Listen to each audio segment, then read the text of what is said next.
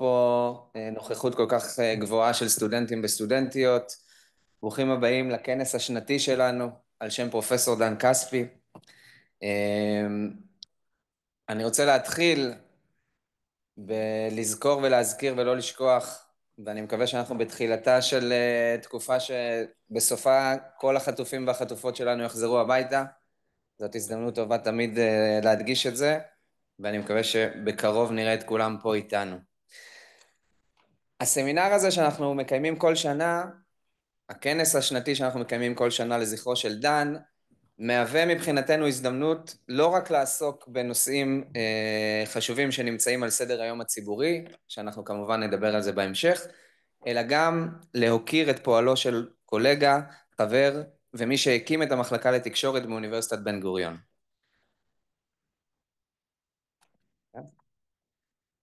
דן כספי עלה לארץ בשנת 1960, בעודו בגיל 14. את דרכו האקדמית התחיל באוניברסיטה העברית בירושלים, ועבודת הדוקטורט שלו, תחת הנחייתו של אליהו כץ, שאתם בטח מכירים מהמאמרים, עסקה בפער בין הדעות הרווחות בקרב חברי כנסת, לבין הדעות הרווחות בציבור, נושא שעד היום אנחנו חוקרים ועוסקים בו. בשנות ה-80 השתלב כספי באוניברסיטה הפתוחה, והחל במפעל חיים עשיר שהניב עשרות ספרי לימוד, מאמרים אקדמיים ומאמרים בעיתונות הכתובה, אשר מהווים אבני דרך בחקר ולימוד התקשורת בישראל.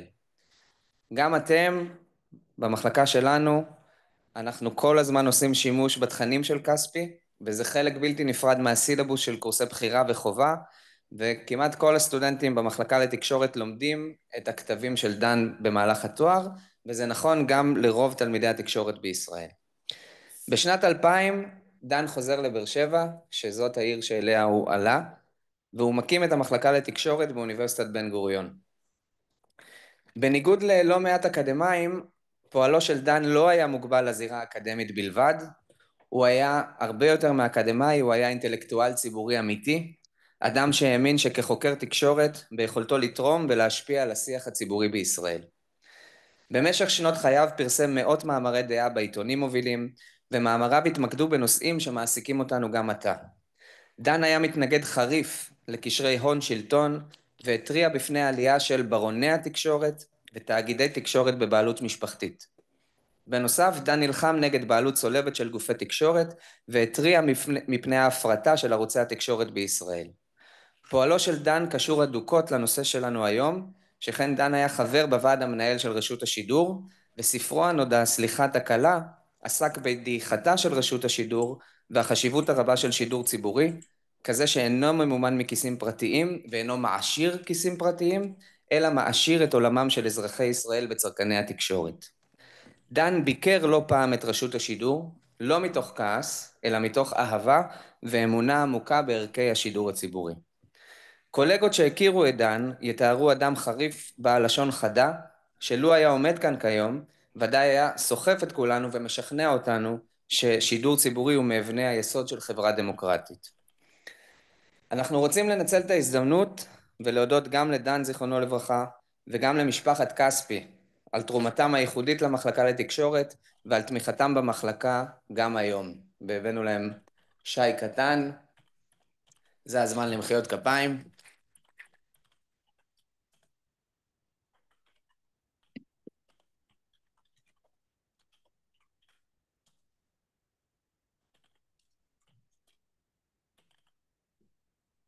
אני אמשיך בתודות, ואני יודע קודם כל למשתתפים שלנו. בשם המחלקה אני חוזר ומודה למשתתפים, דוקטור אורנית קליין שגריר, דוקטור איה ידלין, אלדד קובלנץ ודוקטור יצחק קליין.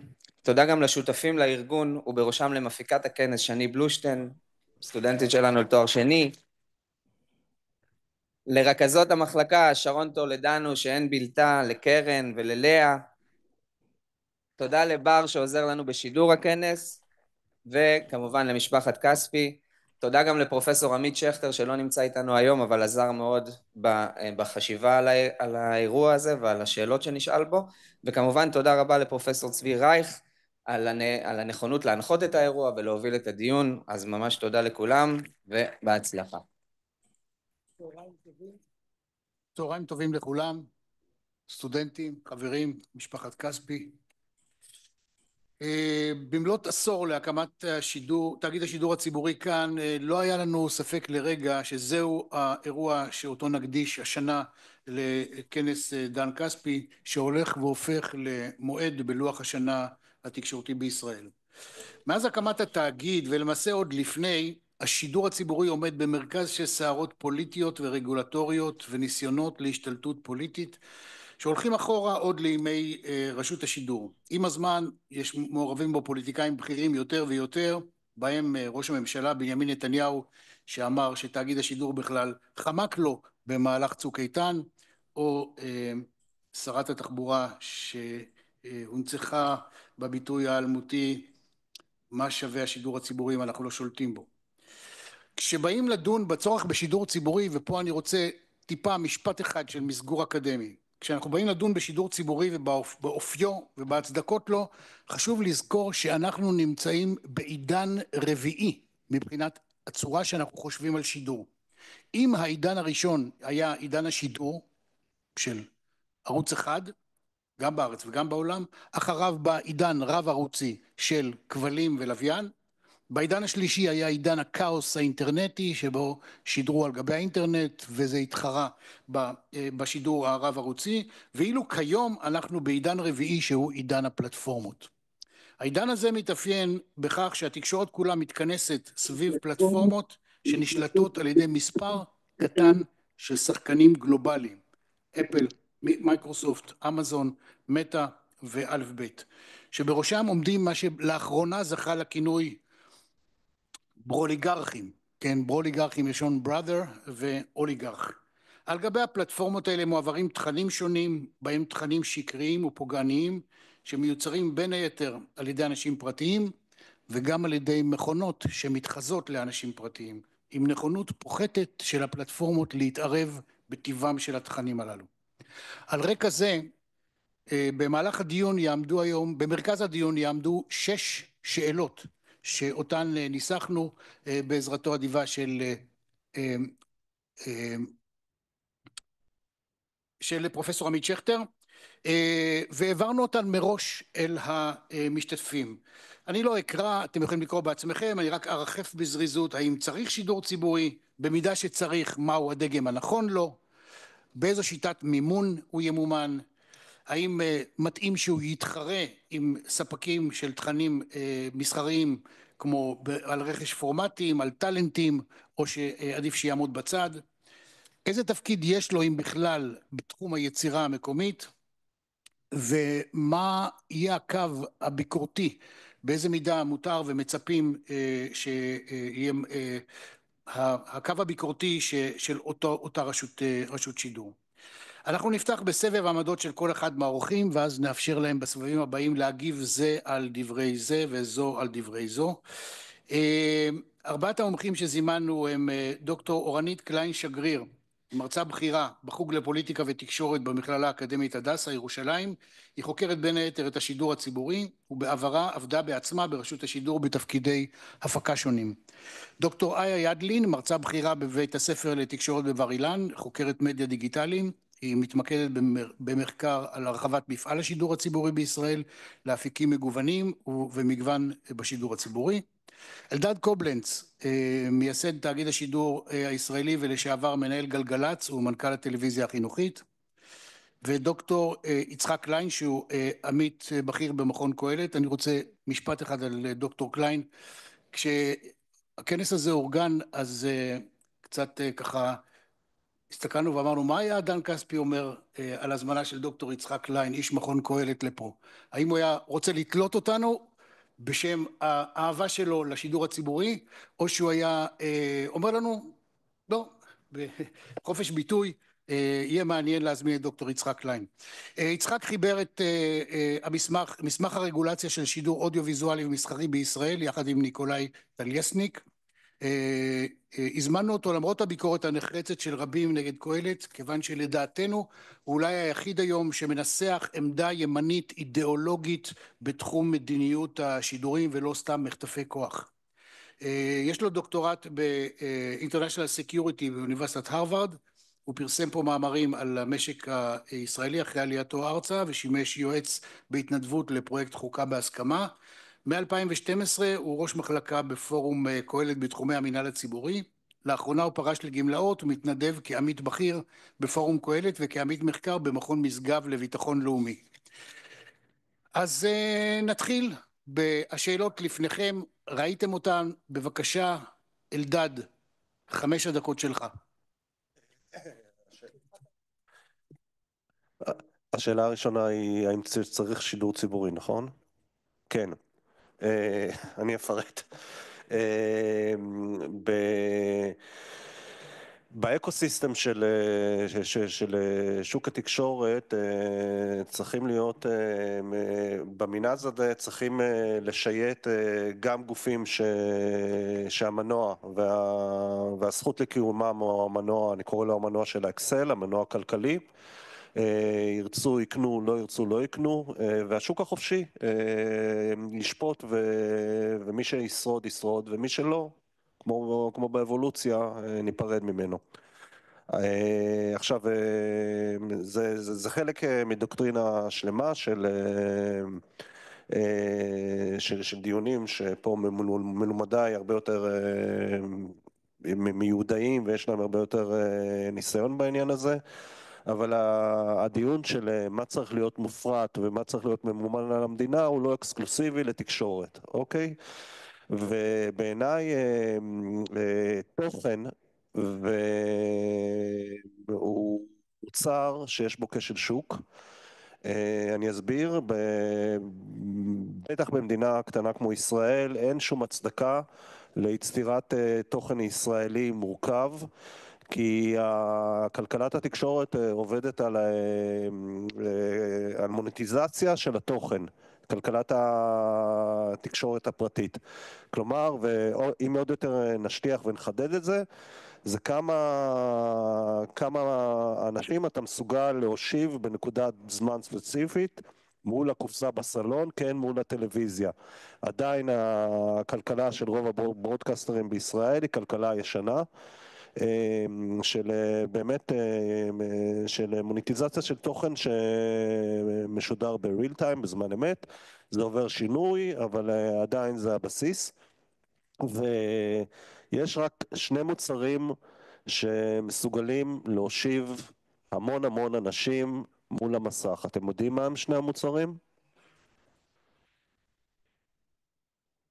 ריאליטי וצרות, אתה צודק, ריאליטי וחדשות, זה 2 המוצרים היחידים. עכשיו ספורט גם, אבל ספורט זה בעיניי תת ענף בחדשות, כי זה אירוע שקורה עכשיו. וללא שידור ציבורי, אני בכוונה עכשיו מתייחס לענף של הדרמות והדוקו, ללא שידור ציבורי, כולל המחויבויות הרגולטוריות גם על רשת וקשת וגם על יס והוט, היצירה הישראלית הייתה מצטמצמת ב-80% ללא תאגיד השידור הישראלי. אז פה בכלל אני מתייחס לתאגיד השידור הישראלי לא כאל גוף שידור, אלא חלק מתקציב התרבות של מדינת ישראל. תקציב התרבות של מדינת ישראל הוא עלוב, הוא אולי הכי נמוך ב-OECD, מוזמנים לסלור אותי, ובעיניי רק באלמנט הזה יש תכלית. עכשיו נדבר על ניוז, על חדשות. אני חושב שתפקידו של השידור הציבורי זה לא לתקוף את השלטון, זה לתקוף את כל גורמי הכוח. ובתור האבא המייסד של התאגיד הזה, זה אירוע שקצת כשלתי בו. כי התאגיד מאוד מאוד טוב בלבקר את הממשלה, שזה על הכיפק, בעיניי זה חלק מתפקידיו, כי הממשלה הוא גורם כוח. אבל אני הייתי מצפה גם שהתאגיד יטפל בעוד 2 קבוצות כוח, נגיד מערכת המשפט. אני חושב שזה מערכת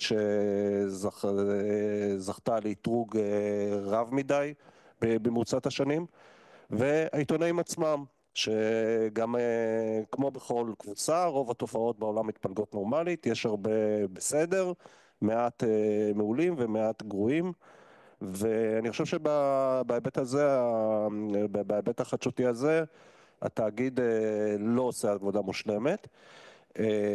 מה שאני כן חושב שכן התאגיד עושה מצוין ברוב הפלטפורמות שלו, חוץ מרשת ב', זה העובדה שהעיתונאי התאגיד ברוב המקרים לא מעמידים את עצמם במרכז. זה לא כל פעם שהם פותחים מיקרופון או מצלמה, הם מרגישים את הצורך האובססיבי לשתף את כל העולם במה הם חושבים בכל הנושאים שהם מבינים, ובעיקר בנושאים שהם לא מבינים.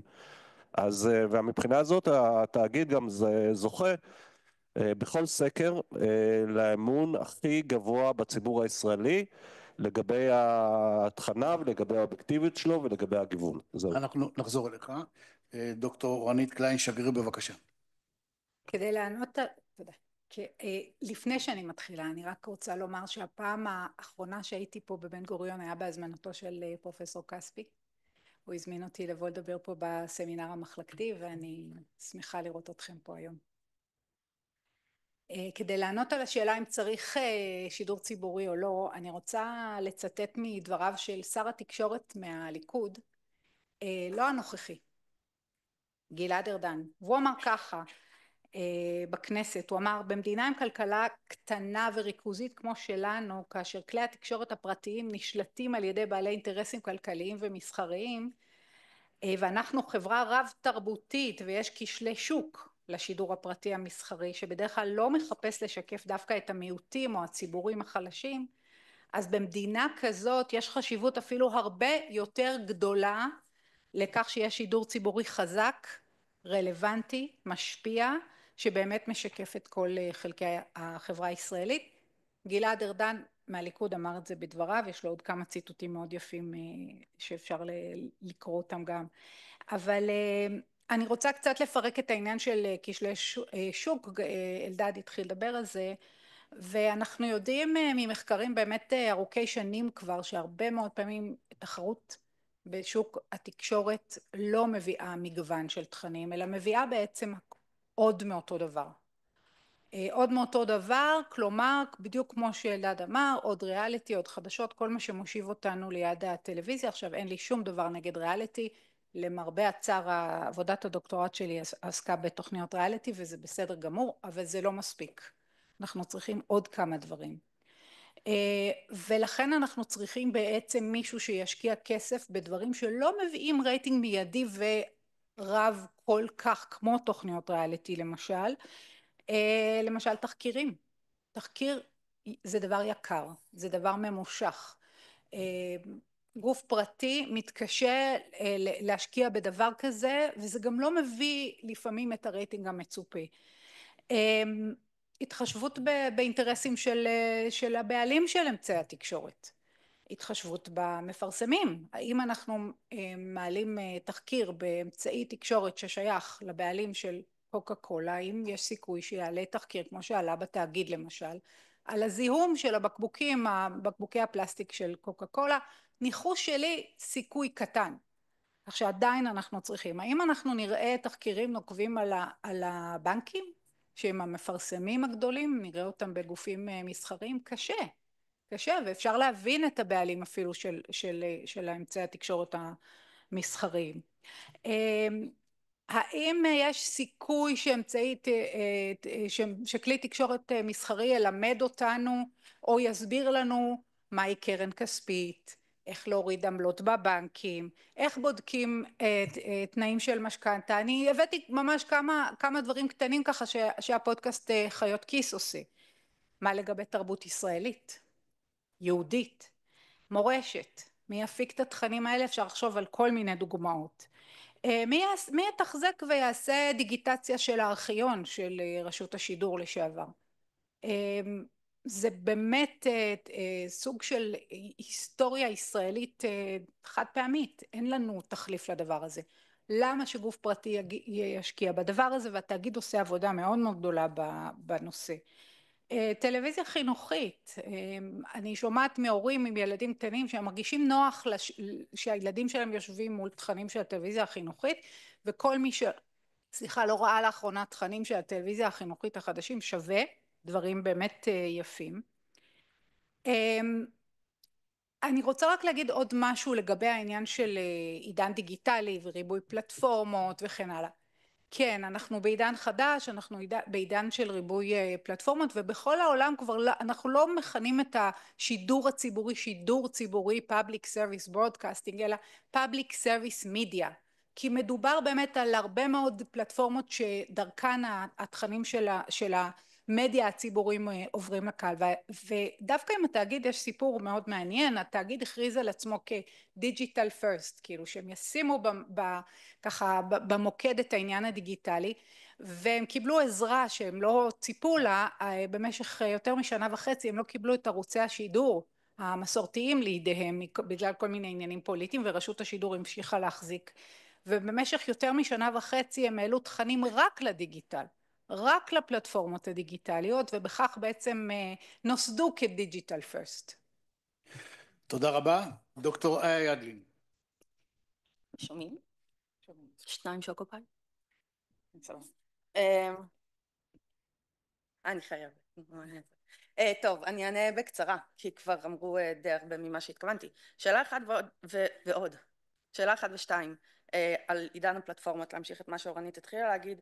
חוץ מזה שזה עידן הפלטפורמות, זה גם עידן הנישות, ואז אנחנו נכנסות למשחק מאוד מאוד בעייתי, כי יש לנו מצד אחד מה שמכונה הזנב הארוך של האינטרנט, שמצד אחד כולנו יכולים למצוא את עצמנו בערוצים מאוד מאוד קטנים ונישתיים, אבל יש מקום לכולם כביכול, וזה מה שאולי אנחנו מכירים כאן כדמוקרטיזציה, אבל בפועל החשיפה גם של התאגיד, גם בפלטפורמות כאלה, היא מאוסדרת באלף. יש את הפלטפורמות שנשלטות על ידי החברות טק הגדולות, ששם יש לנו את השאלה של הפרסונליזציה, ואפשר לדבר על זה מתוך המושג המרכזי או עמוד התווך של השידור הציבורי בכל העולם, שהוא המגוון. האם אנחנו באמת מקבלים יותר מגוון ורואים את עצמנו יותר, או שאנחנו מקבלים יותר אלגוריתם שנותן לנו את מה שאנחנו לכאורה רוצים ורוצות לראות. ופה יש כן איזושהי בעיה וגם ביקורת, זה לא הכל טוב בעידן הפלטפורמות והשידור הציבורי. אז גופים גדולים כמו ה-BBC למשל, כן יש להם את האפשרות לבנות את הפלטפורמות שלהם, כי הם מאוד עשירים בכסף, במימון, ואז הם פותחים גופי שידור עצמאיים אונליין, שיכולים להתעלות מעל השאלה של האלגוריתם שעושה פרסונליזציה לתכנים מסוימים, ומתגברים גם על בעיית המגוון, שלמשל אני אראה משהו שמאוד מאוד מעניין אותי, אבל אני לא אראה את המגוון של החברה, שזה התפקיד שלה בעצם של השידור הציבורי בעולם.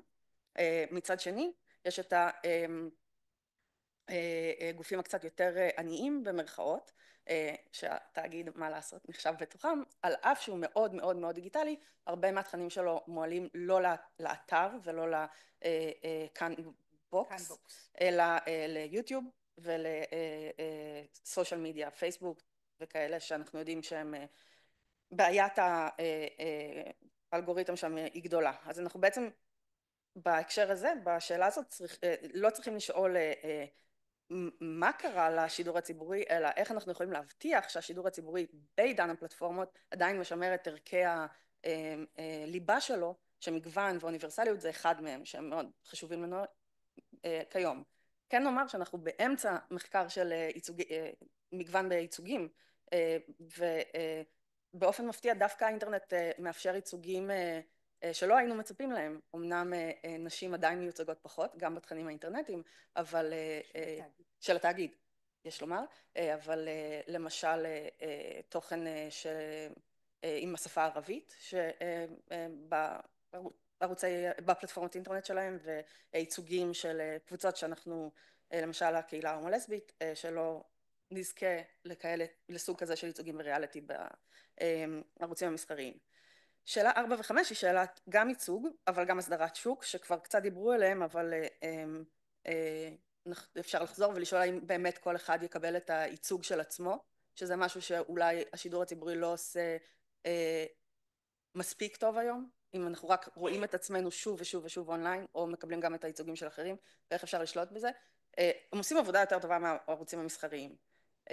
הם לא מחויבים, כמו שאורנית אמרה, לפרסום ולבעלים, אז יש להם את היתרון הזה. היצירה המקומית ברור, זה חלק מהסדרת השוק. אורנית תקריא לכם את הציטוט הישיר. אנחנו ניתחנו 160 פרוטוקולים של הקמת התאגיד. כל אחד ואחד גם אתה היית בפרוטוקולים האלה. אני אשלח לך את זה. האופרציונליזציה של מגוון היא משהו שכל אחד ואחד מהיושבים הכירו בכך שהוא הכרחי, ורק השידור הציבורי למעשה יכול לעשות את זה בישראל. ועל שאלה 6, האם שידור ציבורי רשאי לתת במה לביקורת? הוא לא רשאי, הוא חייב להעביר ביקורת. התקשורת היא לא מתווך, אין לנו מה לעשות, היא כבר מזמן לא רק כלי נטול אידיאולוגיה שעומד בין הציבור לשדות החשובים במדינה. מי שמשרת ציבור לא יכול להשאיר את המרחב והמאבק על ניהול תקין לבעלי אינטרסים מסחריים ופוליטיים. לא שאין אינטרסים פוליטיים גם בתוך התאגיד, אבל למה שלא יהיו לו? הוא חלק משדה התקשורת. כאילו, האינטרס הפוליטי שלו זה אנחנו, הציבור, שמשלם את השידורים שלו. זה עבורנו. אנחנו צריכים לרצות שהוא יהיה ביקורתי כלפי שלטון שלנו, כי מי ישמור עלינו אחרת? לכולם, כל גופי הכוח. גופי הכוח, אבל בספציפית כתבו כאן הממשלה, הכנסת והפקידות הציבורית, שזה השלטון. תודה. דוקטור קליין, אני מניח שאתה מסכים לכל מילה. אני מסכים לי יותר ממה שחשבתי, אבל יש לי קצת בעיה. אני חשבתי לתומי שנפתח באיזושהי הקדמה כללית, ואז נתייחס לשאלות באופן מתגלגל 1, 2, 3, 4, 5, אז אני לא יודע אם אני יכול ב5 דקות להתייחס עכשיו לכל השאלות, אבל יש נושא אחד שאני רוצה להדגיש בהתחלה, זה הוזכר ככה על ידי עמיתי לפאנל, והוא הנושא של מה זה מוצר ציבורי במובן הכלכלי של המילה.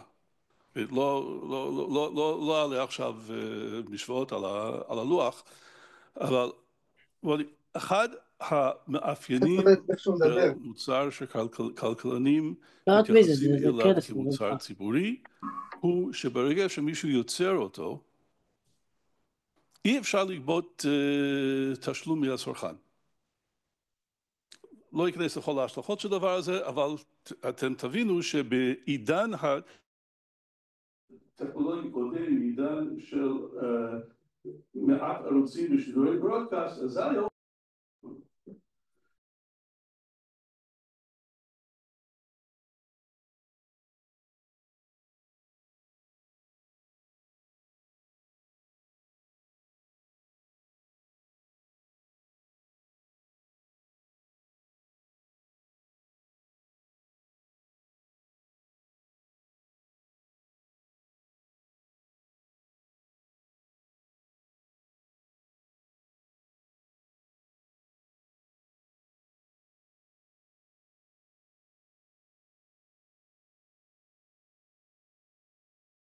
נולד בתקופה שבה אמרו כל הביקורות שהשמעת על שידור פרטי הוא נכון, אוקיי?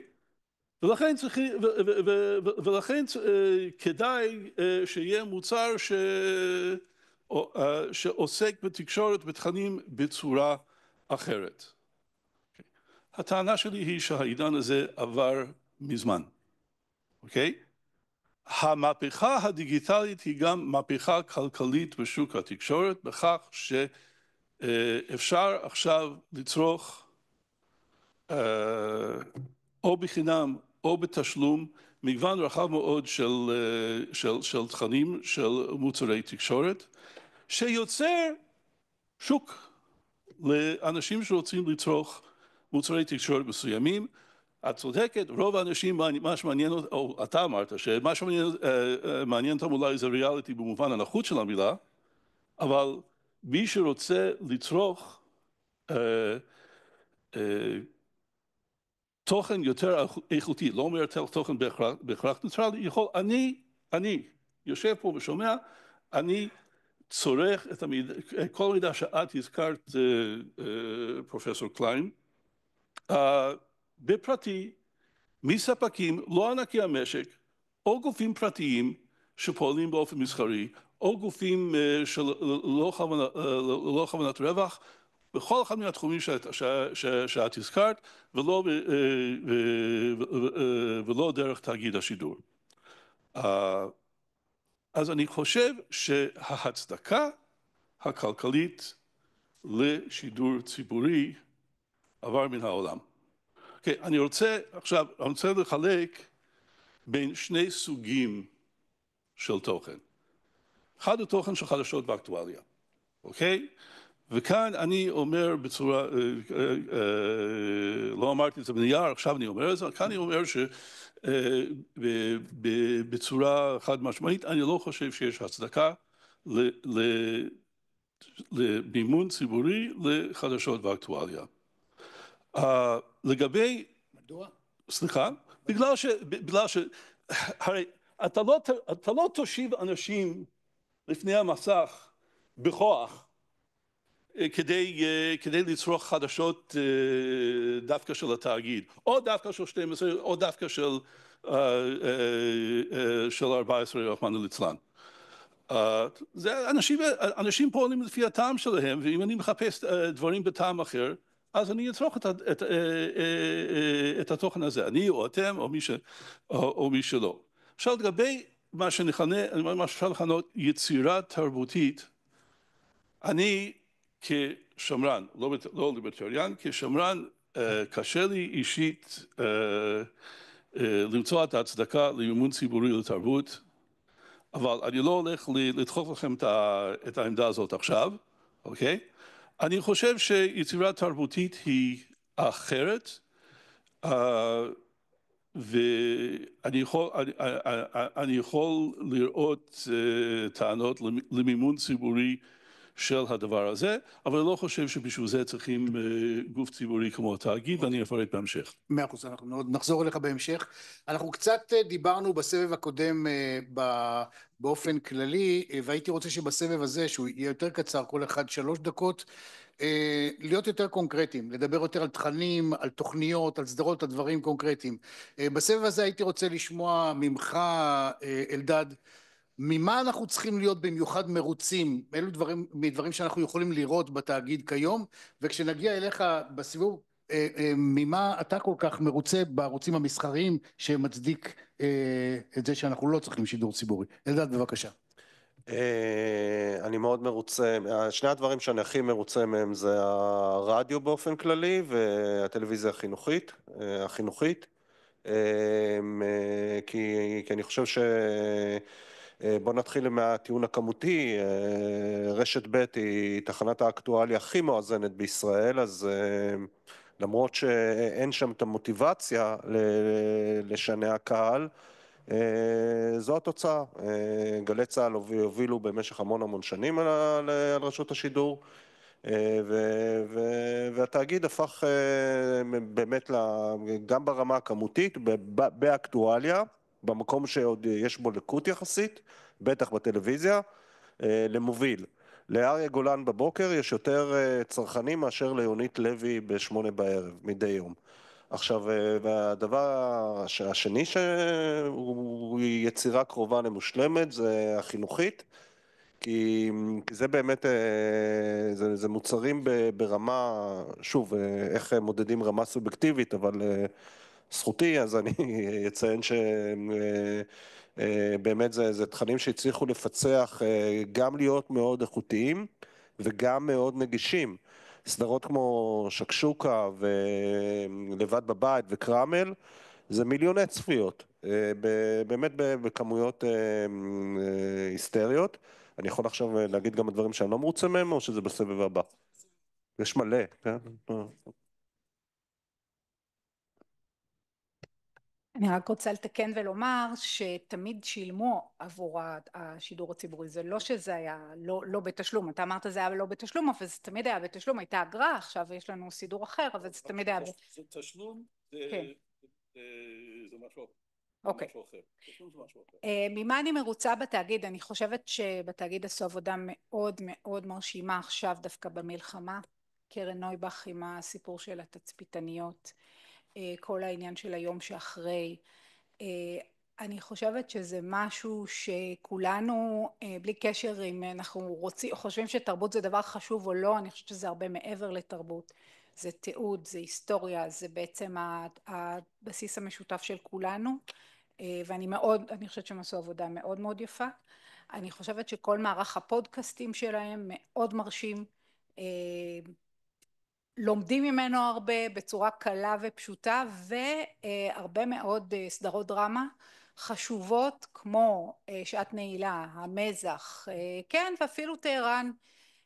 אל תגלו אם ראיתם אתמול את שני הפרקים, אני עוד לא ראיתי, שני פרקי הסיום, אז אני חושבת שיש הרבה דברים מאוד יפים ומרשימים שהתאגיד עושה, כן. תודה לכולם. אני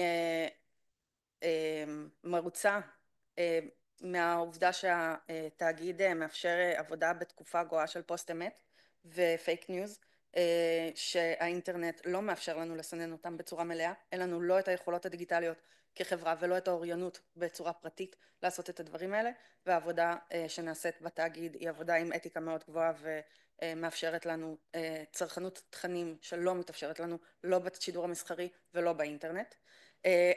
נאמר, אנשים פועלים לפי הטעם שלהם, אני לא צריכה להזכיר לכם מה תחום התקשורת מספר לנו על טעם ומסחריות. הצדקת השידור הציבורי היא לא כלכלית, הצדקת השידור הציבורי היא חברתית, השידור הציבורי, אמרתי שם איזה טעות, נכון? שמעתי את זה בראש. השידור הציבורי, ההצדקה שלו היא חברתית ולא כלכלית. יכול מאוד להיות שהוא לא רווחי כמו ערוץ 12, אין עם זה בעיה, ואני מאוד מרוצה מזה.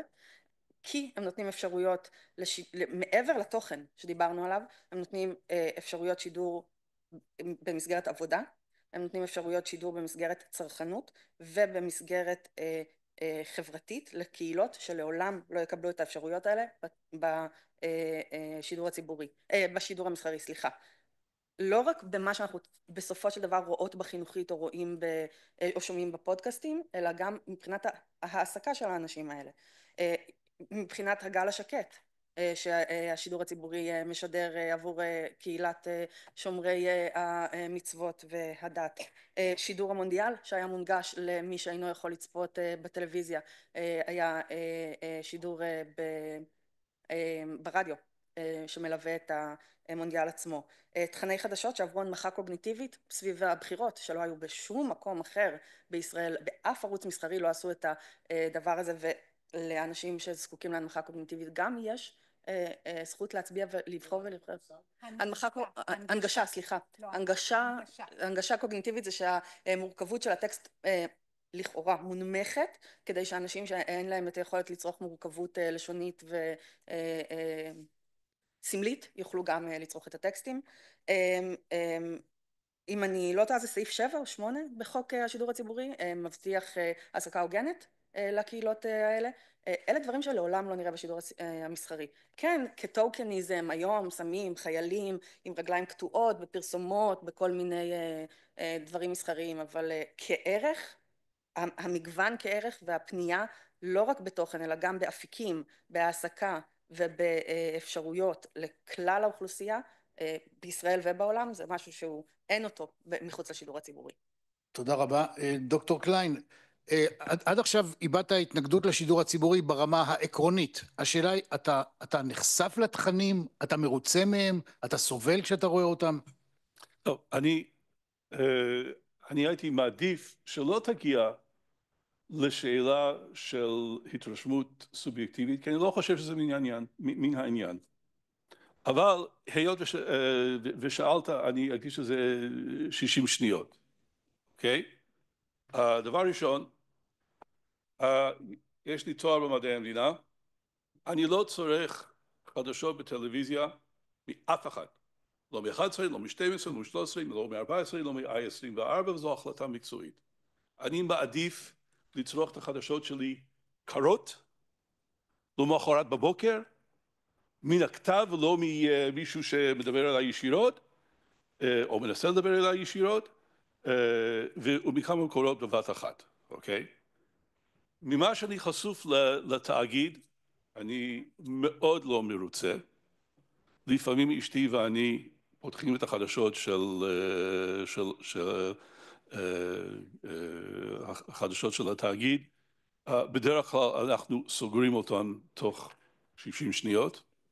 אני חושב שהכיסוי של המלחמה על ידי התקשורת, גם של התאגיד וגם של ערוצים אחרים, עשה נזק נטו למדינת ישראל. זה לגבי, וכל זה אינה סיבה, הטעם האישי שלי אינה סיבה לגזור את גורל התאגיד לחיוב או לשלילה. זה סך הכל אני. אוקיי?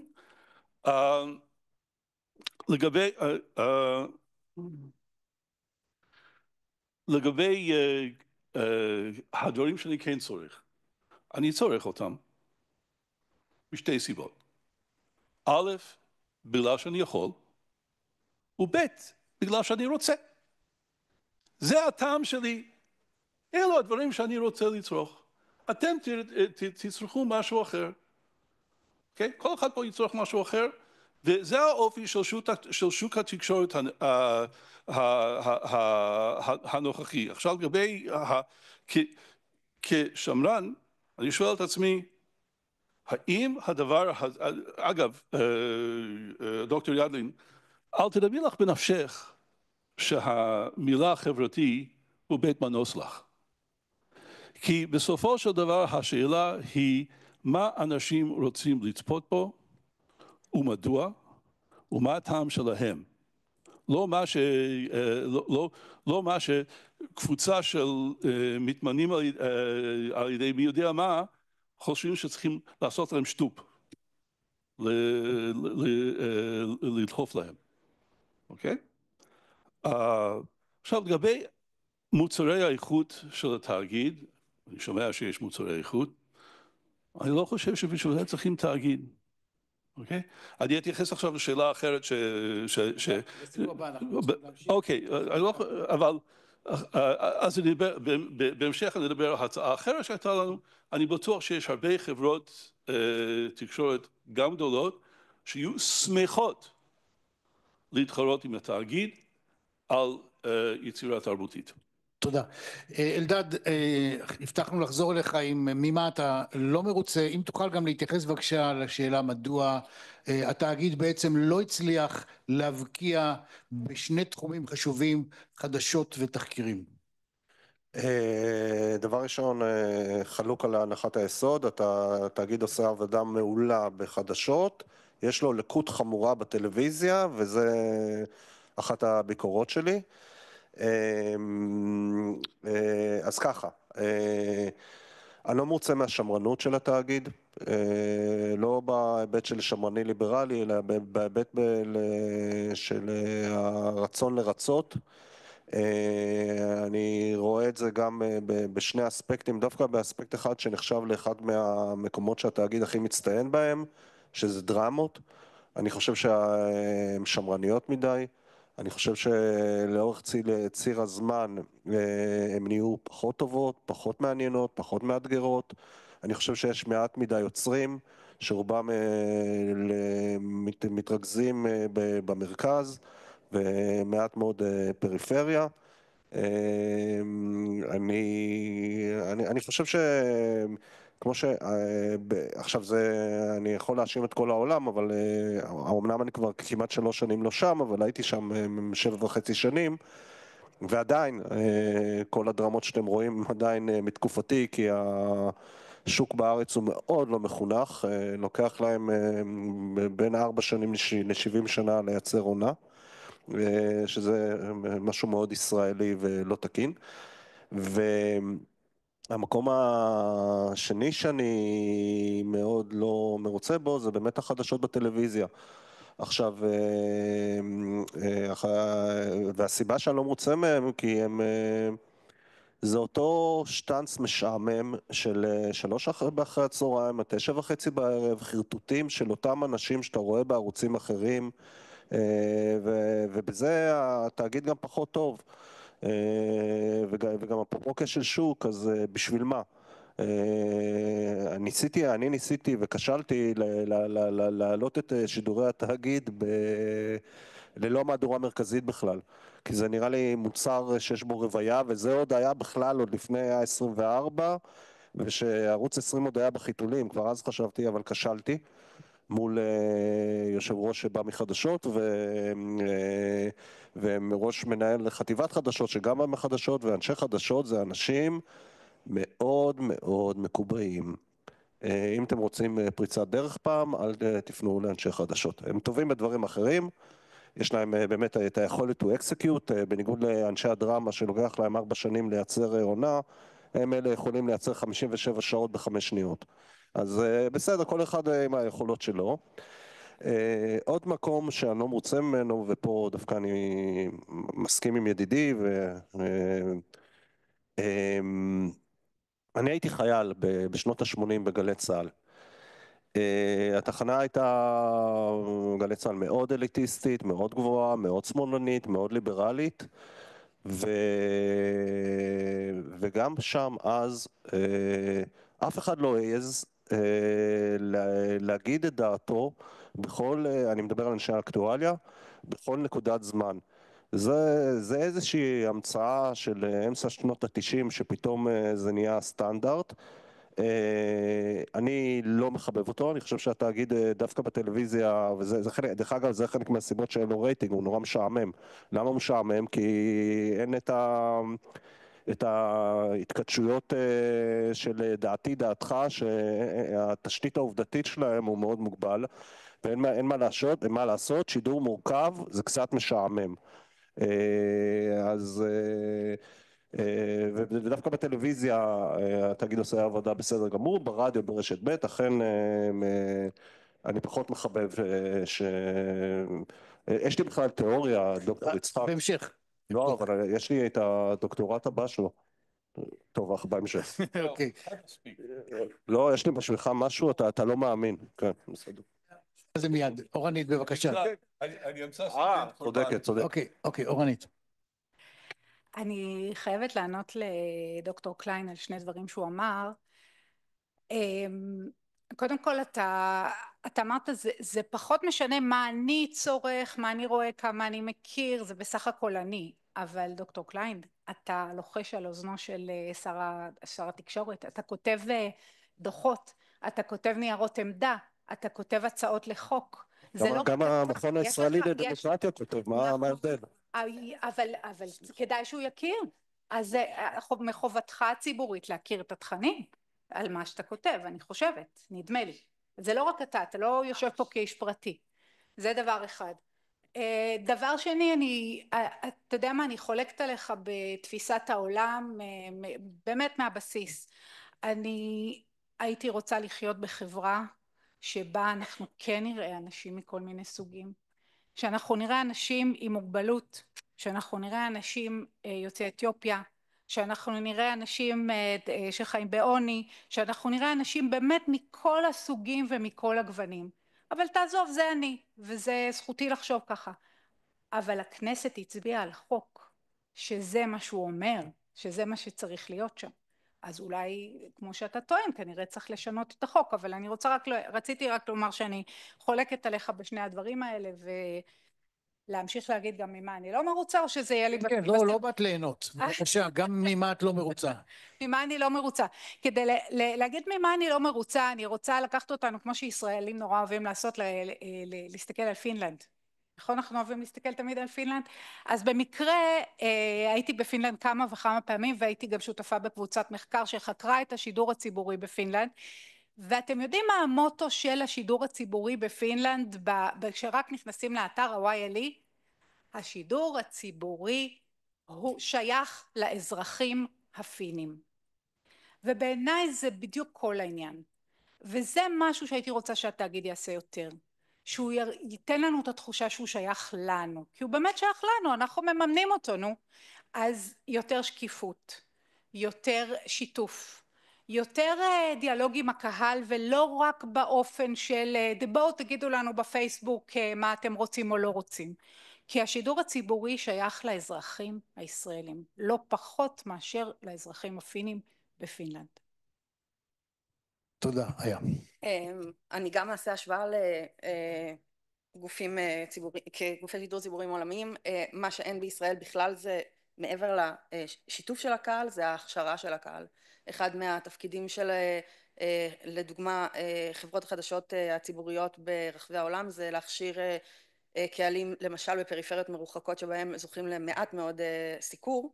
בישראל אנחנו יודעים שהסיקור חותך בכל הערוצים, הוא סיקור בדרך כלל יהיה בהקשרים השליליים על הפריפריה, אז ניתנו להם הכלים לייצר חדשות לא מקומיות, לא ברמה של חדשות מקומיות, אלא ברמה של השתתפות ביצירת התוכן לגבי הסיקור של האזור שבהם הם גרים. כלים ברמה של עריכה, צילום, הפקה, שזה מעבר לתרבות ההשתתפותית שהאינטרנט מאפשר. זה ממש כלים ואוריינות לאיך לקחת חלק ביצירת תכנים עבור הציבור, שהוא חלק בלתי נפרד מהתאגיד. היום בעיקר מי שנמצא בתאגיד זה אנשים שיצאו מתחום התקשורת מאפיקים אחרים, גל"צ, כל העיתונות הצבאית וכן הלאה, בדומה לערוצים המסחריים. לאט לאט אנחנו רואים יותר אנשים נכנסים מקבוצות אחרות, אבל עדיין אנחנו לא רואים ייצוג ממשי של מה שהייתי רוצה לראות, שזה אנשים מתוך הציבור שלוקחים חלק ביצירה של מה שנקרא התכנים של התאגיד. תודה.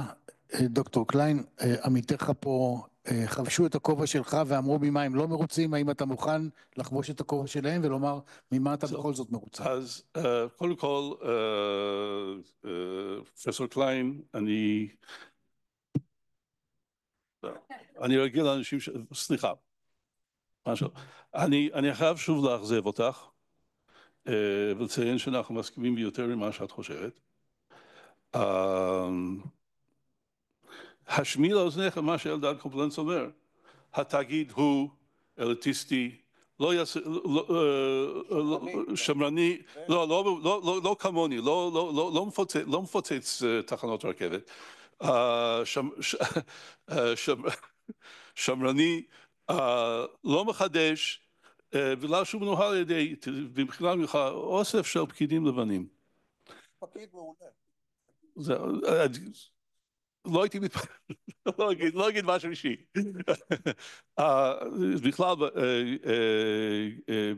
בכלל בחברה הישראלית מודעים לנזק שריכוזי הון יכולים לעשות, לא מודעים מספיק לנזק שריכוזי עוצמה פקידותית יכולה לעשות, אבל בואו נעבור הלאה.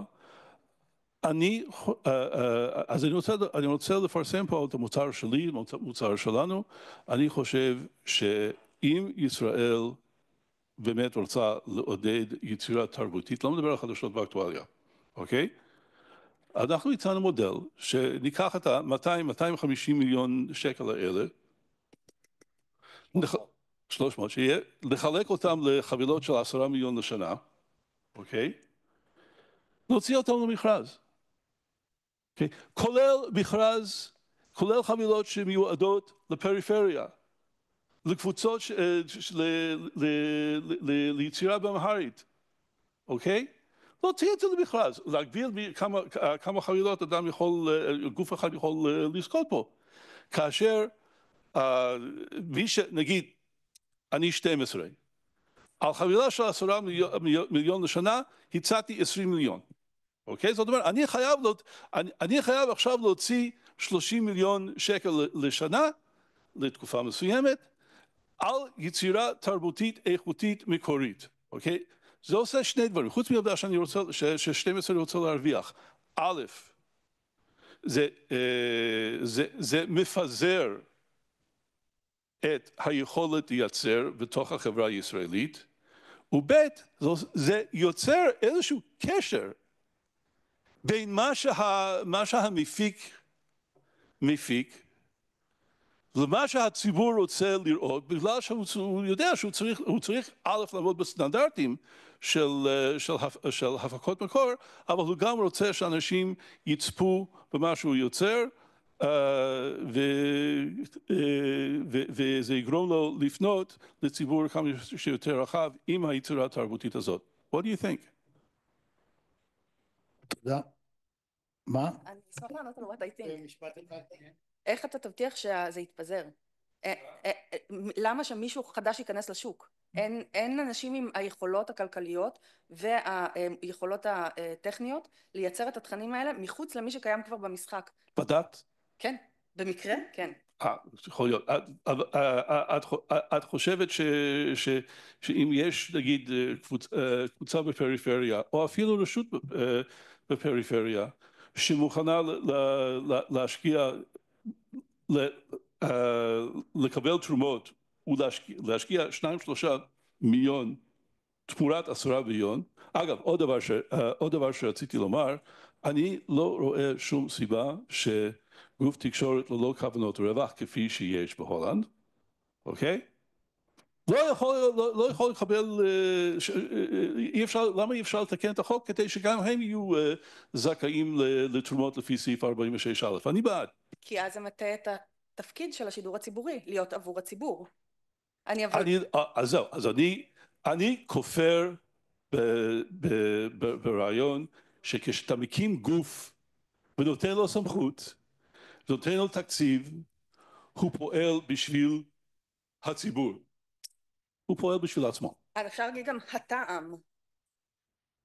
אפשר להגיד גם ההסדרה, היד הנעלמה. הדברים האלה הם לא קיימים בדיוק כמו שאתה לא מאמין שקיים הדבר הציבור. פרבוסנישט. דן, אתה רואה דבר כזה פועל? לחלק את התקציב, לצאת למכרזים? מה יקרה? לא, אני חושב שהוא לא יפעל, כי עדיין, גם אם תיתן לקשת או רשת, גם אם תיתן להם 30 מיליון שקל מתנה, הם עדיין יעשו כל מה שהם יכולים כדי להוציא מה-30 מיליון שקל האלה 200 מיליון, ובשביל לעשות את זה, הם לא יוכלו לעשות דברים מאתגרים ומסובכים, הם עדיין יהיו חייבים להיות בסקופ של מוניטיזציה של התוכן, לכן אני לא חושב שזה יעבוד.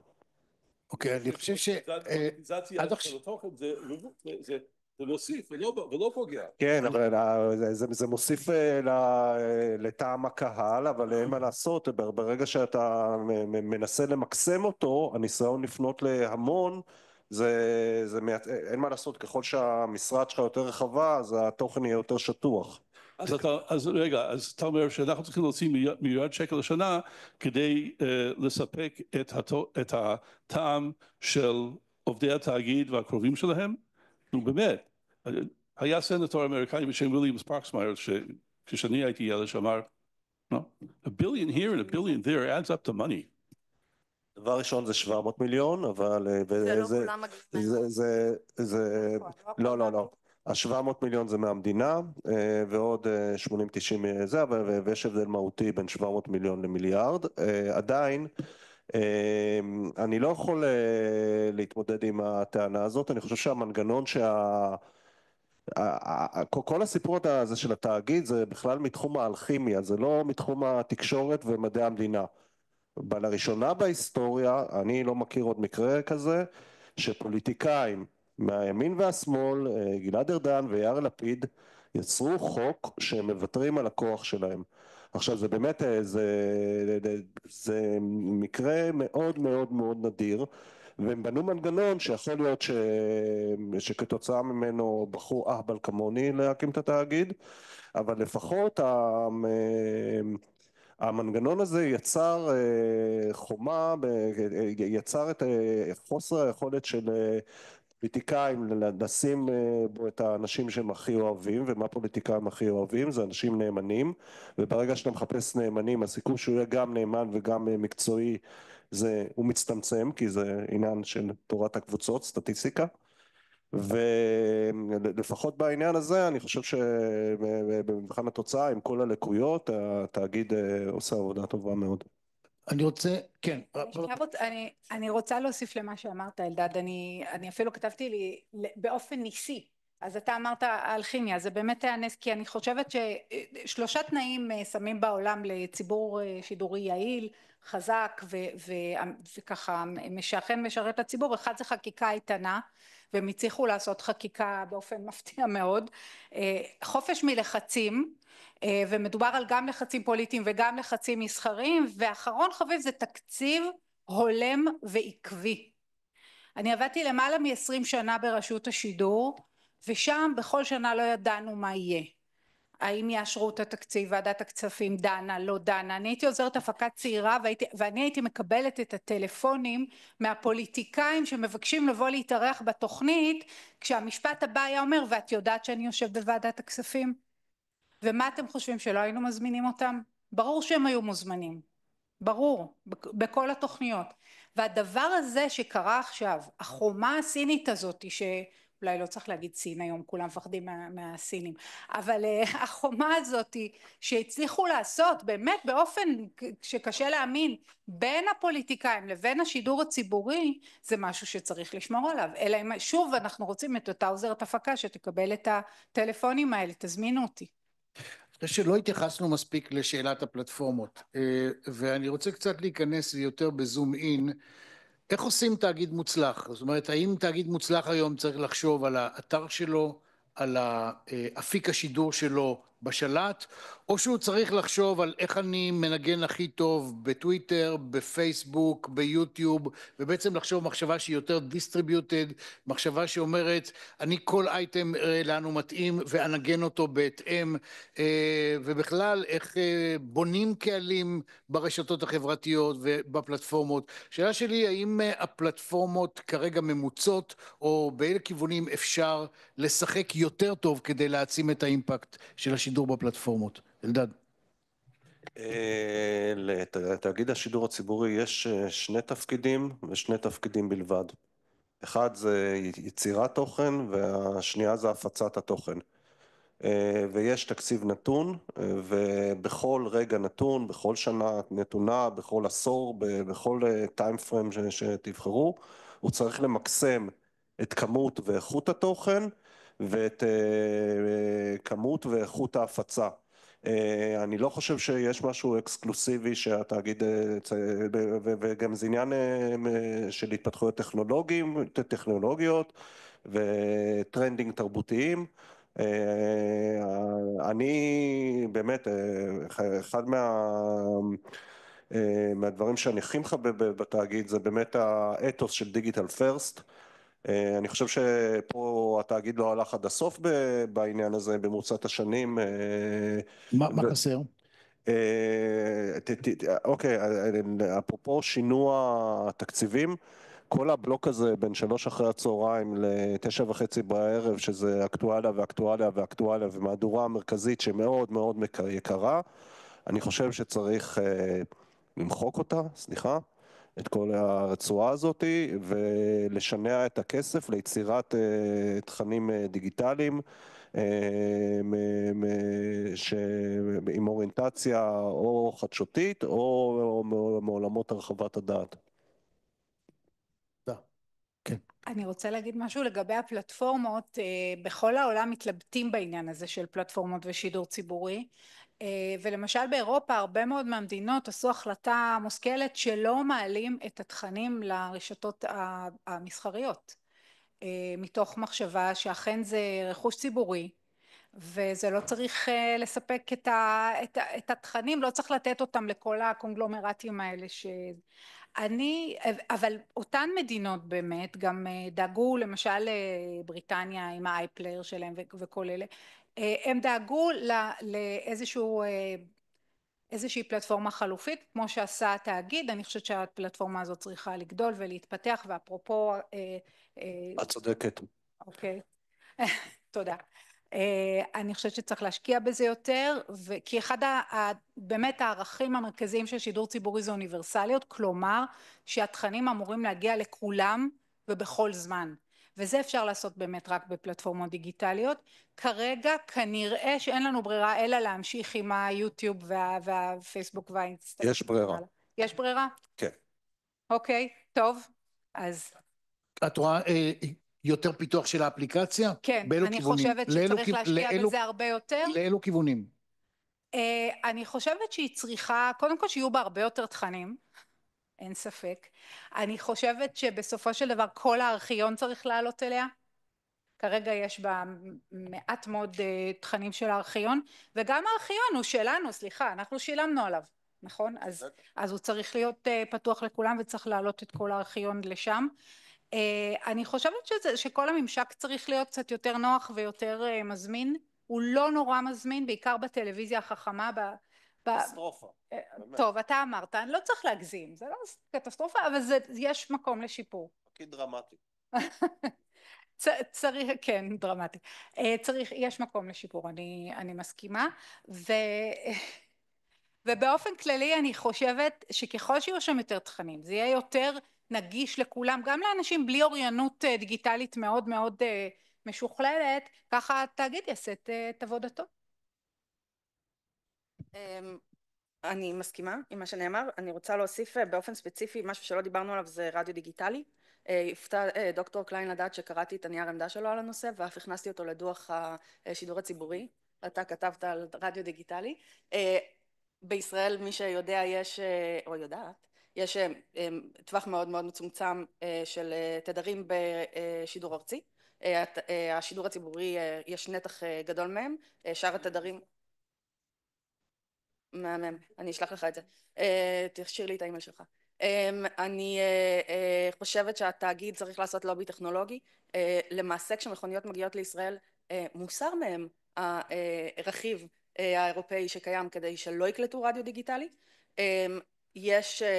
זה הדרך לייצר יותר תכנים, דרך אגב לא רק לתאגיד אלא גם לכל אותם אנשים שרוצים לבטל את רשת ב' ואת כאן 88 כי הם לא מספיק טובים ולפתוח את זה לרדיו ציבורי, רדיו מסחרי לא אזורי אלא ארצי. זה עומד על הפרק גם בחקיקה וגם בדיוני הכנסת, אז אני חושבת שהתאגיד יכולים לעשות עבודה יותר טובה בהצטרפות ללובינג לדבר הזה של יותר שידורים דיגיטליים ברדיו דיגיטלי פרופר כמו שקיים באירופה ובארצות הברית. תודה. כן, יצחק. טוב, אני חושב שאני מכיר פחות את הנושא של פלטפורמות, אגיד כמה דברים, אבל יש לי חוב בפאנל הזה שאני חייב לפרוע אותו, והוא מה אני אומר לפוליטיקאים, אוקיי? אני חושב, וזו הסיבה השנייה שאני מתנגד לשידור ציבורי.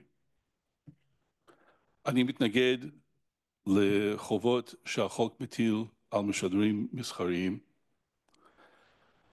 אני חושב שאם אתה רוצה להוציא את הפוליטיקאים מהתקשורת, תוציאו את הפוליטיקאים מהתקשורת. דיברת על החומה הסינית, עכשיו כמו בסוף של שושלת סינית, החומה הזאת מתפוררת. אם את רוצה שפוליטיקאים לא יתקשרו, אם את רוצה להוציא פוליטיקאים מהתקשורת, אל תערב את הממשלה בתקשורת, לא בחקיקה ולא במימון. עכשיו מה הולך?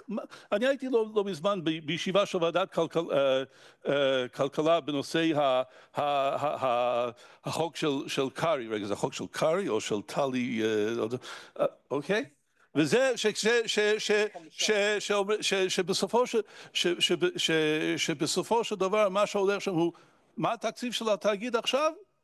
אולי הוא יהיה פחות. ולכן אני חושב שכל רגולציה, כל מימון נותן לפוליטיקאים קרדום לחפור בו. ואני מתנגד עקרונית גם לרגולציה, גם למימון. בקושי אני מציע את המכרז שדיברתי עליו, ולא שאני חושב שיכול לפזר את ההשפעה של הפוליטיקאים על תכנים. טוב, מעניין איך הדברים שאתה אומר חלים גם על ערוץ 14.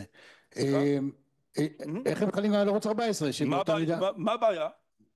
אני חושב שכולם בוא להפסיק את המימון גם לערוץ 14? אבסולוטלי. תיזהר, אני מזהיר אותך. יש כמה... מה הם ישלחו בריונים לנקוב לי את הצמיגים? מה? אוקיי.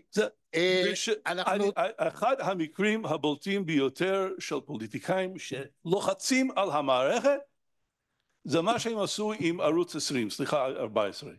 אוקיי? מקרה בולט אבל לא יחיד שמתאים את הכף בשביל מי שלנו. אני מתנגד לכל זה. אוקיי, תודה. אנחנו תכף נעבור לשאלות מהקהל, אבל לפני כן הייתי רוצה שנתייחס טיפה לחשרת העננים שמצטברת כרגע מעל לראשו של השידור הציבורי. והשאלה שלי, לאן זה הולך? אלדד. לא יקרה כלום. אין שום סיכוי, בטח לא לסגור את התאגיד ולא לפגוע בו. ופה נראה לי שאני מסכים עם דוקטור יצחק שבישראל, בלי שום קשר לתאגיד, אוקיי, 37,000 רגל, אי אפשר לסגור גוף או לפגוע בו בצורה אנושה 8 שנים אחרי שסגרת גוף אחר, פיטרת 2,500 עובדים, קבעת חוק, אתה כתבת בחוק בעצמך שאסור לך להתערב. אתה, בשביל לשנות את הדבר הזה, צריכים לחכות עוד בין 20 ל-30 שנה, וגם אז לא בטוח שזה יקרה. אני מעולם לא התרגשתי, הבנתי מיד שזה חסר תוחלת וחסר סיכוי, משני טעמים. אחד, זה המנגנונים, ככה זה עובד, אי אפשר.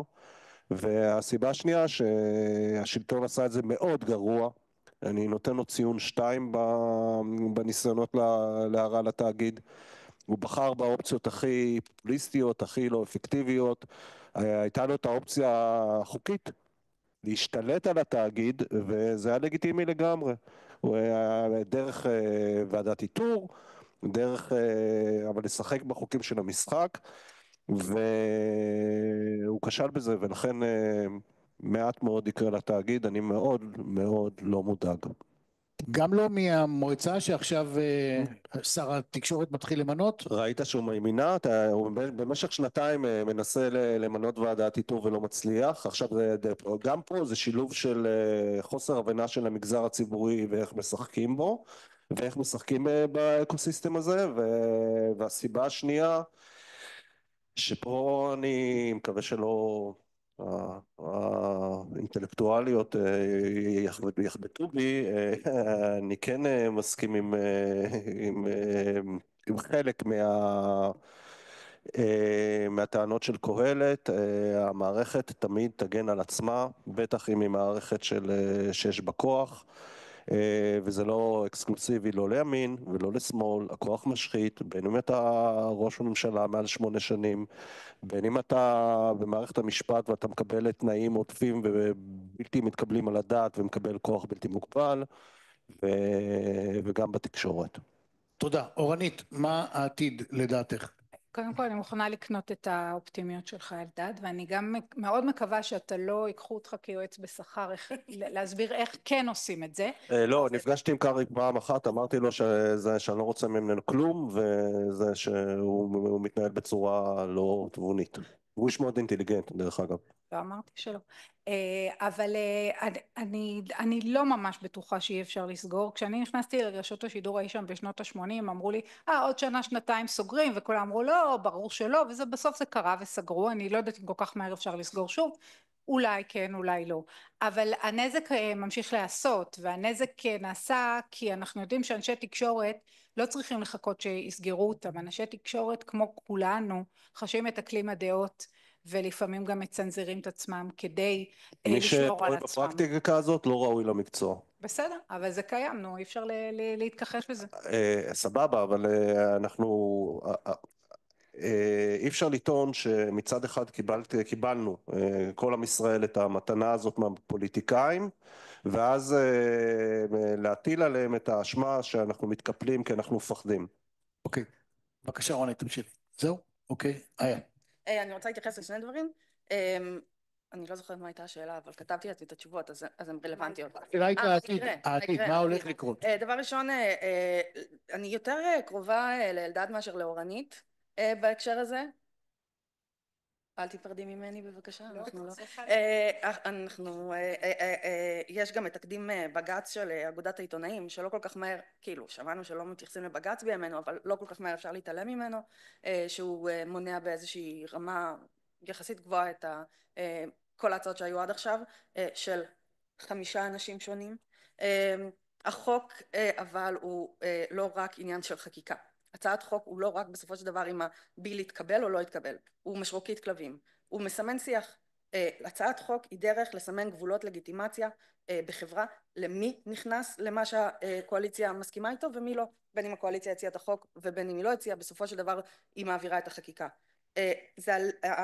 הסימון חקיקה הזה בשיח החברתי הוא הלחם והחמאה של הפופוליזם, וכמו שאנחנו יודעים הפופוליזם זה החבר הכי טוב של אי ליברליות, ואם אנחנו רוצים לשמור על הדמוקרטיה בישראל אנחנו לא יכולים לאפשר שהדבר הזה יעבור. תודה. תודה דוקטור קליין. האם אתה מסכים פה עם האופטימיות או שאתה חושב שהם שאננים?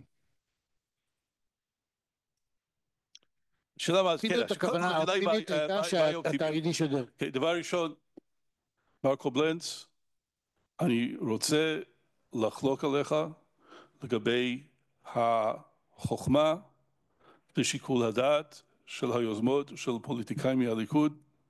הבעיה היא שאני לא יכול.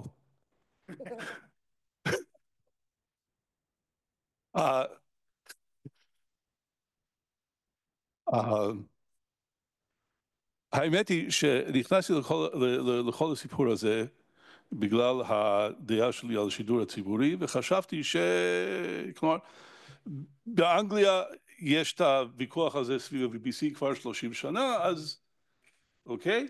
אז רציתי להכניס את הדיון הזה לתוך המרחב הציבורי הישראלי.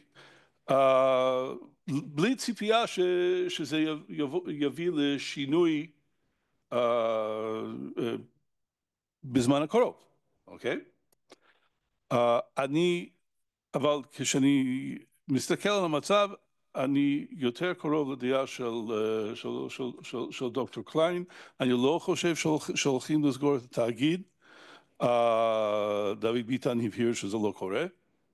אבל אני כן חושב שאנחנו נכנסים לעידן של התפוררות החומה הסינית ומשחקי תקציב. תודה רבה. אפשרות לזה. תודה רבה. נעבור לשאלות מהקהל. כן. אהלן. יש לי שאלה לדוקטור יצחק קליין. רק שמך? ניר.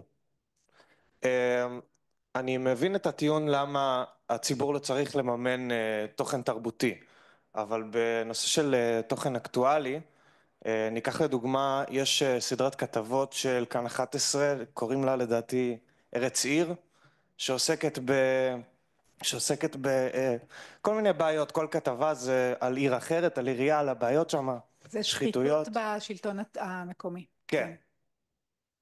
אז נגיד גוף תקשורת מסחרי לא יעסוק בזה בחיים, כי כמה אנשים פה באמת מעניין אותם חוסר שקיפות בעיריית יבנה. זה לא מעניין, אבל זה מעניין את תושבי יבנה. אז איזה מענה אפשר לתת לזה? איזה מענה אפשר לתת לדברים שיש להם... רק בסבב הזה בבקשה תשובות של דקה. כן.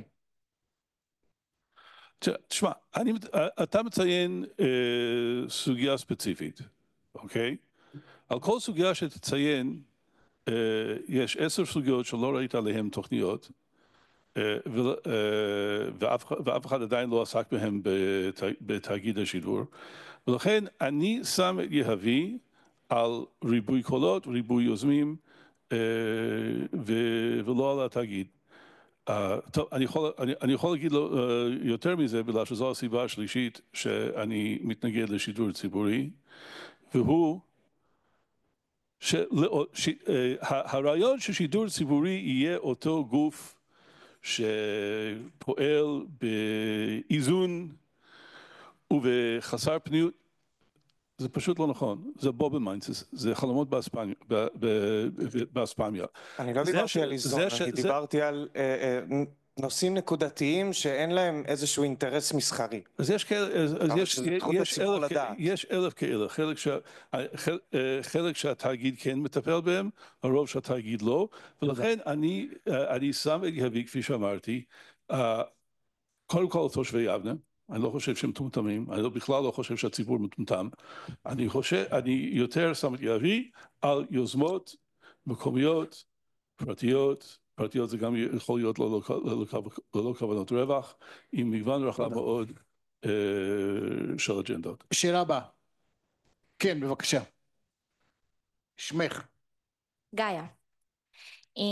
אני דווקא כן, בניגוד אני כן אסתכל על החלק על התרבותי, גם השאלה לדוקטור יצחק קליין. כאילו אמרת שבסופו של דבר אם אנשים ירצו לצרוך את התוכן הזה שהוא מעבר, הם ילכו לכל הרשתות, לכל המקומות שהם באמת מעבר.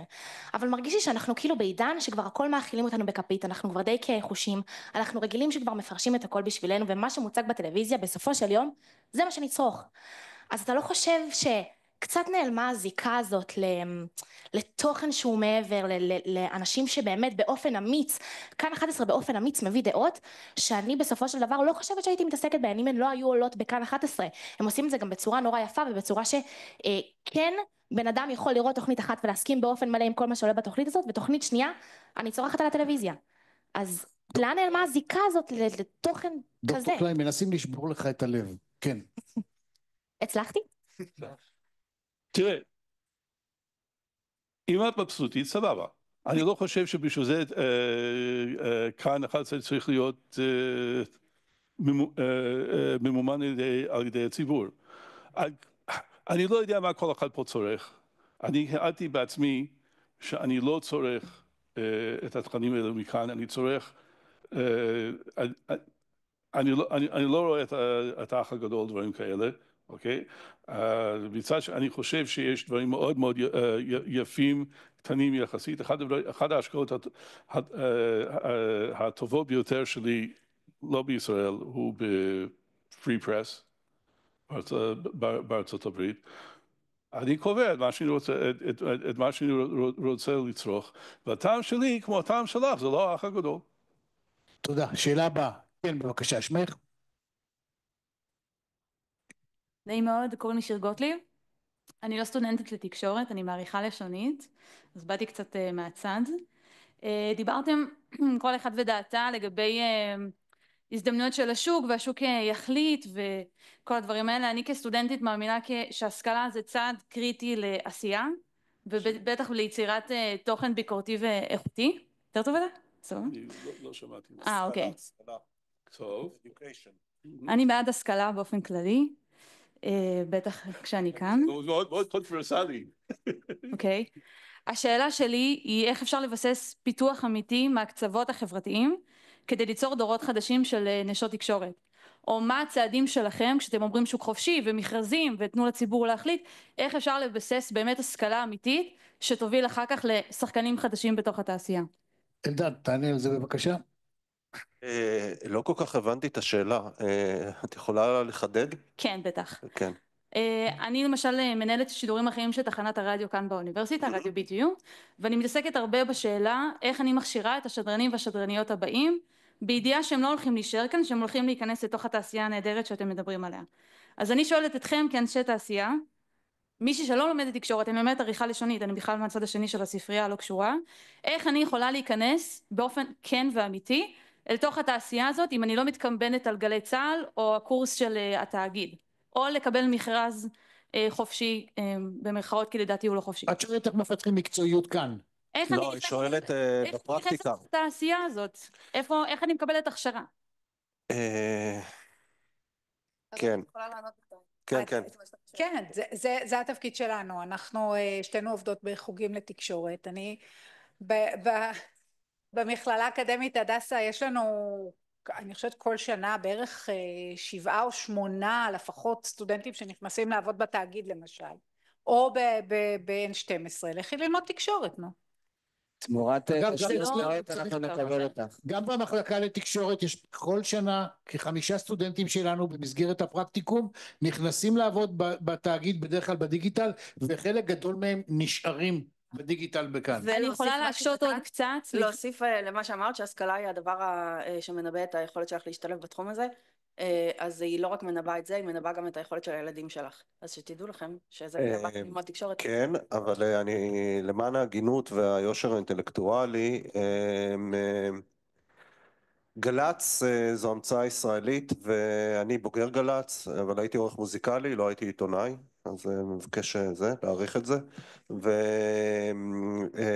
וזה מייצר כאילו הדסטה באמת יתרון מובנה לבוגרי ובוגרות התחנה.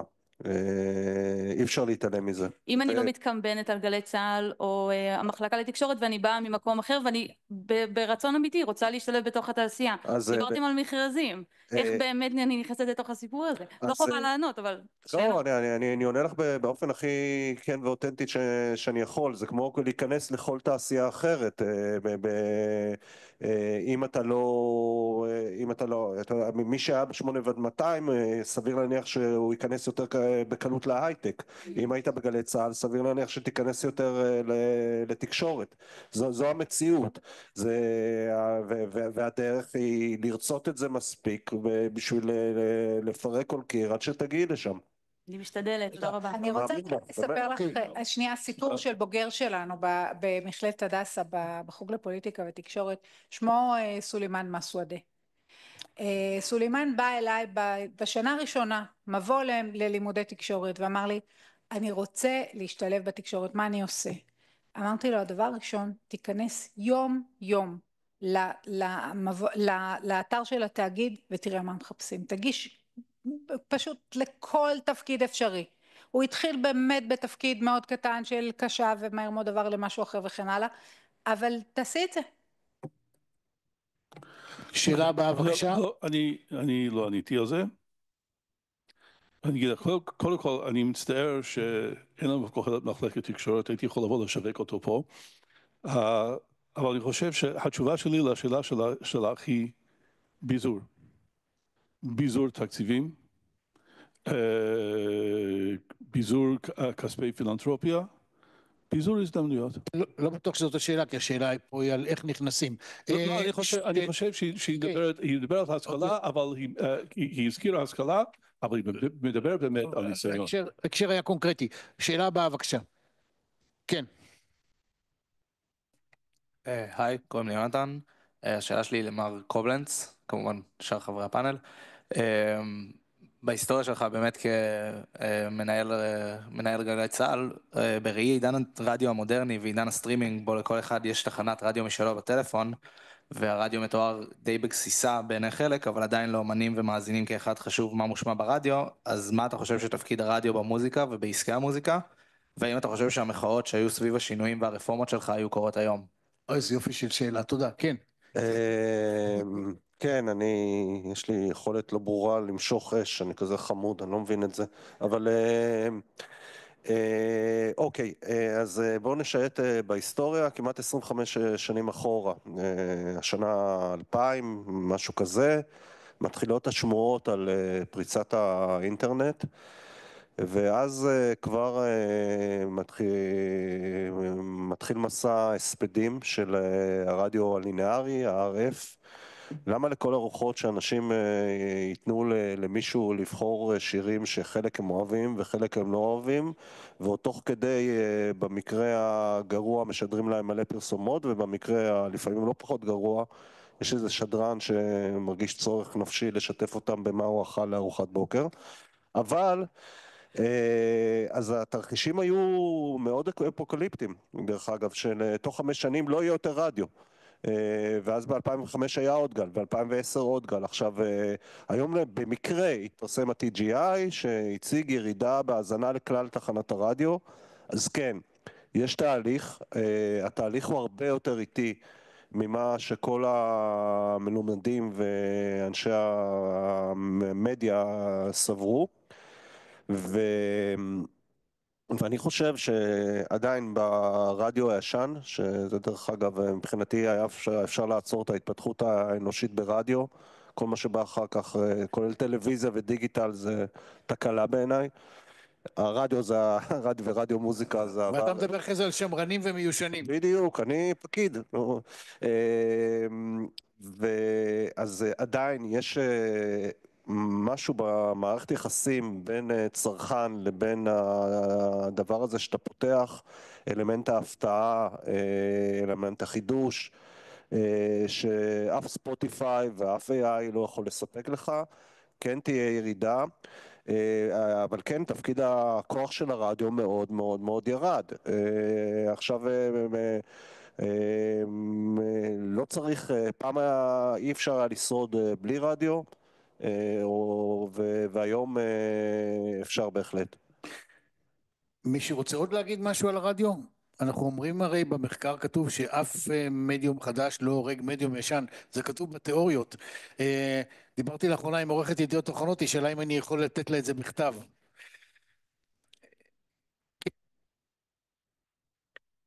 שום, אוקיי.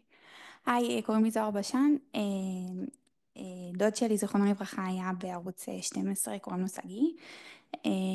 הוא סגי בשן, ובאמת החדשות היו אצלי בבית כל הזמן.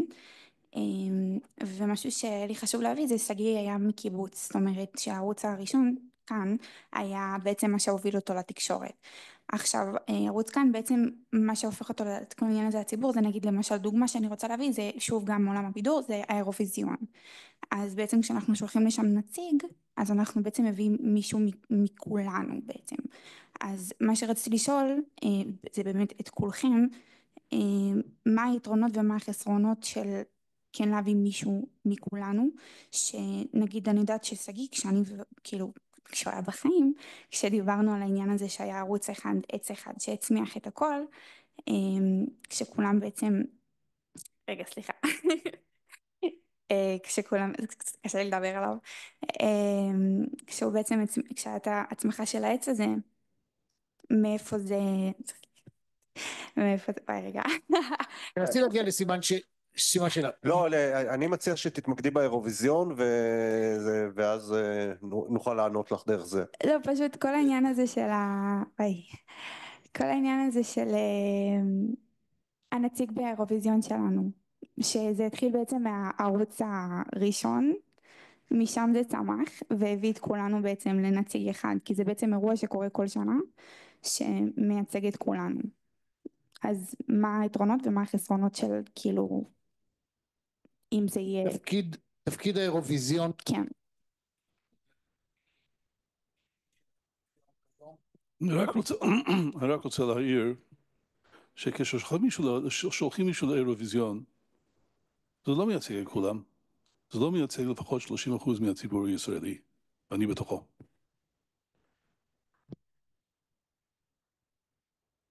חרדים, דתיים, שמרנים, שלדעתי זה יותר מ-30%, אבל זה בסדר, גם להם מותר לחיות, גם לליברלים מותר לחיות, הכל בסדר. לא כל כך הבנתי את השאלה, אבל אני באופן אישי מאוד מתנגד לשיתוף, שדרך אגב אני חטאתי כמה שנים ועשיתי התאגיד עשה שיתופי פעולה גם עם קשת וגם עם רשת בבחירת הנציג, זה באמת לכאורה אפשר, א' זה הגיע לקהל הרבה יותר גדול, אבל אני חושב שבסופו של דבר ברגע שאני בכלל מתנגד בין שיתופי פעולה בין גורמי כוח, וקשת והתאגיד זה גורמי כוח, ואני חושב שהשיתוף פעולה הזה לא טוב לא לתאגיד ולא לתרבות הישראלית. תודה. שתי שאלות אחרונות. האירוויזיון הוא לא פרויקט ישראלי, חשוב לזכור את זה. האירוויזיון הוא הדרך שבה ה-Europeans envision את החברה. האירוויז'ן זה מה שזה, ה-EBU קובע סטנדרטים לשליחת נציגים, זה שאנחנו הופכים את זה לאיזה מחנה משותף לכולנו זה מעולה וזה נחמד, אבל זה לא אמור לייצג את כולם, זה אמור לייצג את מי שיוזם את הפרויקט. תודה. שאלה אחרונה. רגע, אני רק רוצה להגיד משהו אחרון על האירוויזיון. בעקבות האירוויזיון בארץ, שהיה באמת מאוד מאוד מוצלח, מי שזוכר, בכנסים בחול של חוקרי שידור ציבורי, כן יש דבר כזה, זכיתי לכבוד מלכים בזכות האירוויזיון, שישראל ממש ככה נתפסה כמשהו מאוד מאוד מוצלח, השידור הציבורי הישראלי מאוד מוצלח, אז אולי גם לזה יש ערך. תודה. שאלה אחרונה? רק היה לי חשוב לחדד על השאלה שלי, מה ששאלתי זה היתרונות והחסרונות של השילוב, באמת כמו שענית, השילוב של הרשתות, כי זה בדיוק לפני שהוא נפטר, דוד שלי, אז זה בדיוק התחיל הכוכב הבא. תודה. אנחנו נמשיך בכל זאת לשאלה האחרונה. כן.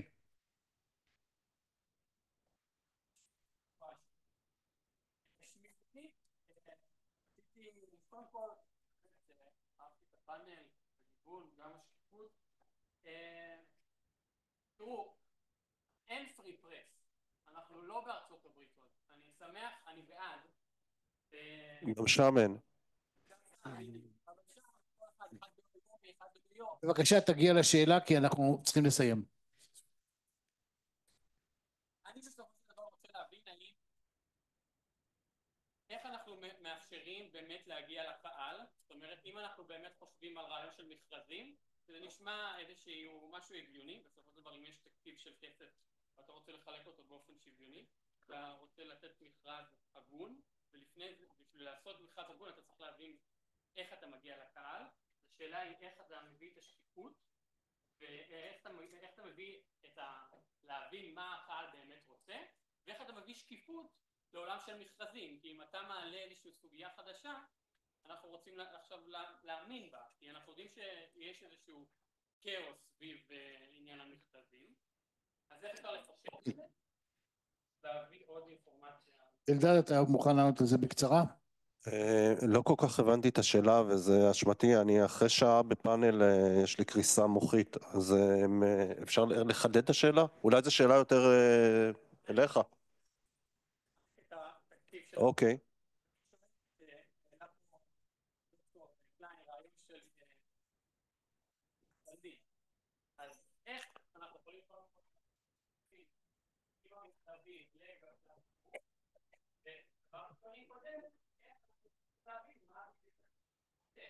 איך אתה מטפל בטעמים ובהוגנות של פרוצדורת המכרזים? אוקיי, דבר ראשון, המדינה יודעת לערוך מכרזים, אוקיי? יש מקומות אבל עקרונית מכרז כזה הוא יחסית פשוט, לא מדובר במאות הקצאות שונות. בעצם יש פה תהליך דו-שלבי שאחד מהם לפחות הוא בעייתי, והוא להחליט אם אני רוצה לייעד חבילות של מכרז, מי מחליט איך אני מייעד אותם, אוקיי? אני חושב שהדבר הזה הכנסת צריכה לקבוע, זה לא פתרון מושלם, אבל לא הייתי רוצה שזה יהיה לא שר ולא פקיד. תודה. תודה רבה, אנחנו נאלצים לסיים. תודה רבה לכם, תודה למשפחת כספי, ותודה, אני חוזר ומודה למשתתפים, דוקטור אורנית קליין שגריר, דוקטור איה ידלין, אלדד קובלנץ ודוקטור יצחק קליין. תודה לכם, אחר צהריים טובים.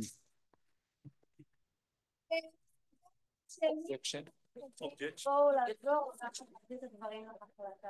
תודה רבה. שלום מתנדב, מה נעשה את זה?